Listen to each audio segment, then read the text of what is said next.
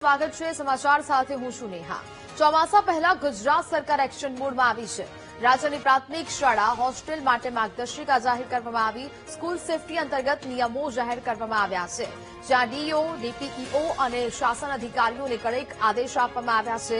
જર્જરિત ઓરડામાં વિદ્યાર્થીઓને બેસાડવા નહીં, ત્યાં શાળા અને હોસ્ટેલની છતની સફાઈ કરાવવાના આદેશ કરાયા છે। ખુલ્લા વાયરો અને અર્થિંગની સમસ્યા દૂર કરવાની સૂચના આપવામાં આવી। આઈએસઆઈ માર્કાવાળા જ વીજ ઉપકરણો વાપરવા સૂચના આપવામાં આવી છે। પૂર અને ભારે વરસાદ અંગે ઇમરજન્સી પ્રોટોકોલ જાહેર કરવો, જ્યાં ટીપીઈઓની પૂર્વ મંજૂરી વિના શાળા છોડવી નહીં તે પ્રકારના આદેશ અને માર્ગદર્શિકા જાહેર કરવામાં આવી છે। સંવાદદાતા પાર્થ ફોનલાઈન પર જોડાયા છે। પાર્થ, ચોમાસા પહેલા ગુજરાત સરકાર હવે એક્શન મોડમાં આવ્યું છે અને અનેક સૂચનો અને આદેશ આપવામાં આવ્યા છે શાળાઓને, શું વિગત?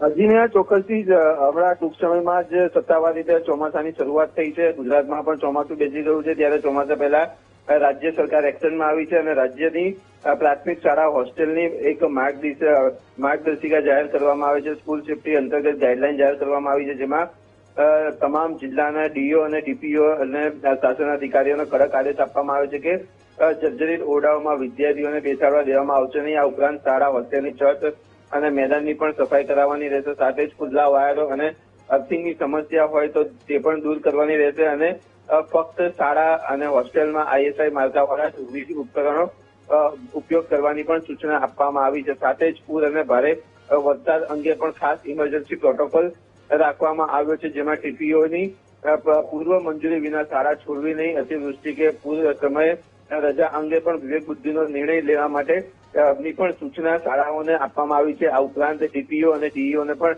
આ સૂચના આપવામાં આવી છે। જી બિલકુલ પાર્થ, જાણકારી બદલ આભાર।